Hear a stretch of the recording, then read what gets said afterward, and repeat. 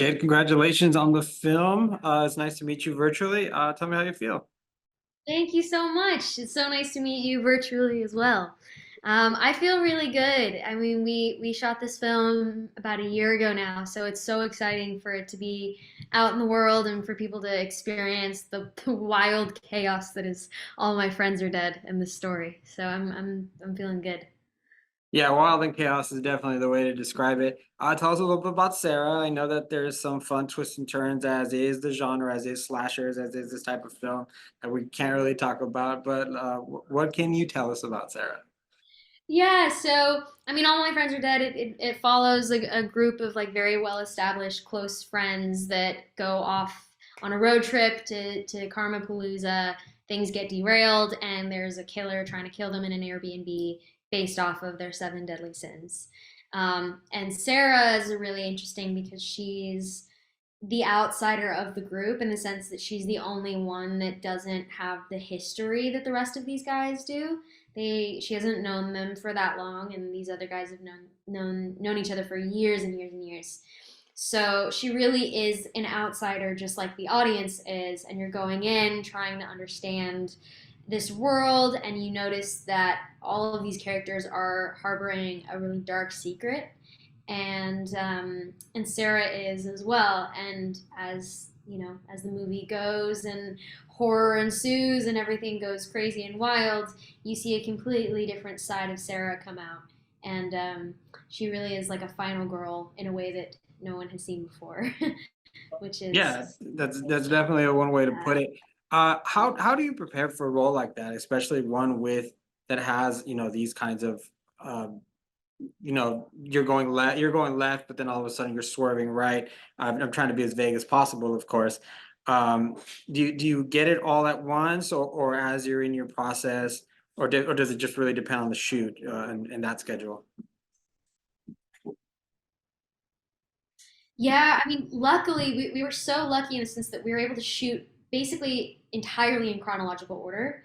So that was such a luxury. I don't think I've ever experienced that where we were able to shoot in order. So we're experiencing the film in real time, essentially, as we were filming it, which was really helpful for me because Sarah, she's such a nuanced character, and she has such wild turns in this film where she just changes rapidly, that for me as an actor, it was really important for me to understand what drives her in all of her actions in the film. And you think she's one thing in the beginning, and then she's not. But my goal was to be able to create a character where if you watched the film again, knowing what happens, that you could see all of these things that you thought she was have a double meaning, and then you see like this other side of like the intention. And that was really done through having a lot of conversations with Marcus Dunstan, our director, who's incredible, um, and really sort of analyzing the script and trying to understand Sarah, not just from like a character trope, but like really figuring out who she is and what drives her, and then that would inform the rest of the film. Yeah, because I think you nailed it. It's a movie that has rewatchability because of the fact of the journey you get. You kind of want to see, wait, did I miss something? It's one of the really fun things of slasher horror. Did you grow up a fan of horror? Are you a fan of horror now? Tell me about your little background on with horror. I love horror films. It's such a fun genre, and so I've been a big fan of horror since I was a kid, and going with my friends and sneaking into the movies to see some sort of horror film. I think the first one I did that one with was The Purge. I like snuck in to see The Purge, and it was so exciting. And anyway, I love the genre. I was really excited to be a part of one, and this was my first horror project, so it was really exciting.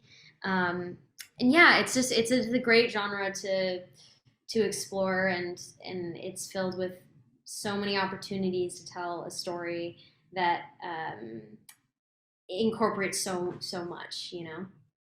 Now, with that said, were there some misconceptions or something that you learned through the process that maybe was a little different than what you thought maybe shooting a horror film would be?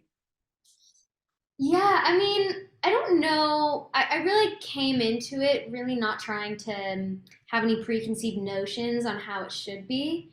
But I think what was really interesting to me was the amount of endurance that's needed to film a horror film from a physical and a mental point.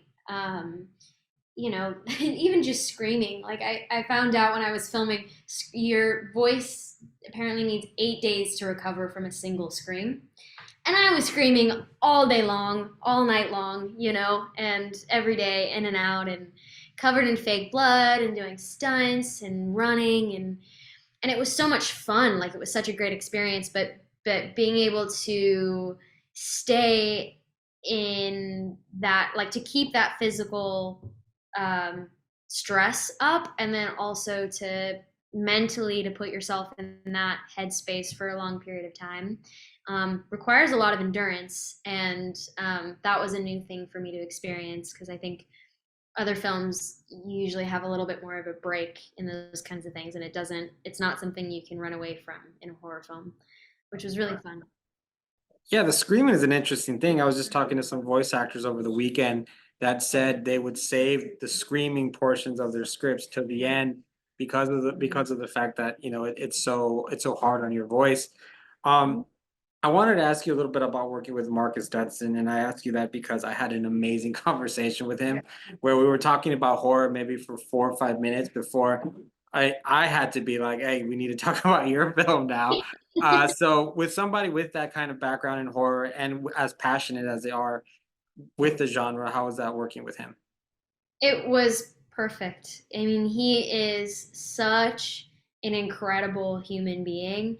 And I think the thing that makes him such a great director is there's absolutely no ego. Like everything that he does comes from the point of loving horror movies and loving it from the bottom of his heart. And so every choice that he makes is informed because it's informed from everything that he loves about horror and about the genre, and he's really set the precedent of what makes a great director to me, truly, you know, and working with him was great. He was an amazing leader, but at the same time, he also left a lot of room for us to be able to improv, for us to be able to throw out crazy ideas and try new things, all the while keeping us on the right tonality band throughout the film, which was really important too, because it is a very specific tone that he was going for in the film.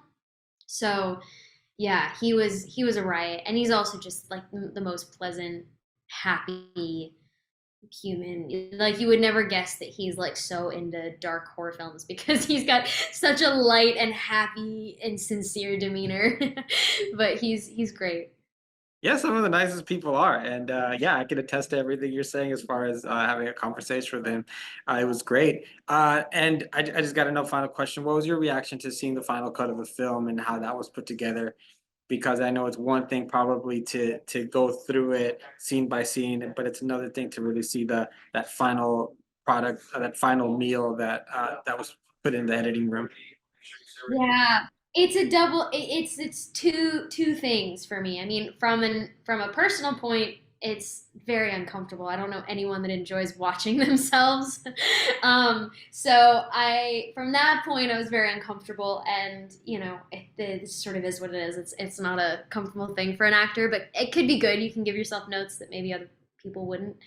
Um, but the bigger thing of it is I really cared about this film doing well, and I had such a great experience with Marcus and the rest of the cast.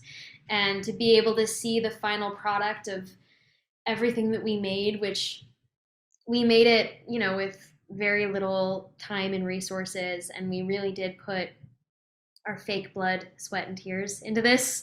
And we all really cared about it coming out great. And we wanted to make a movie that people would like to go and see. So from that point, it was really, really fun. And to be able to see it with the majority of the cast and Marcus in New York at Tribeca was like such a dream. Such a dream. Hey, don't forget about the fake guts. You guys are throwing those around in the basement at one point. True. Yeah, guts were flying. Guts were flying. I could never forget that one. Yeah, it's so much fun in a I don't know. It's weird to say that with saying flying guts, but I mean, it is what it But is. it It's is fun. genre. Nerd. Jade, thank you so much for your time. It's been such a pleasure to chat with you for a few minutes about the film, and I look forward to seeing you maybe in the sequel, maybe in another horror film, or whichever capacity it is. Yeah, thank you so much. It was lovely chatting. Take care.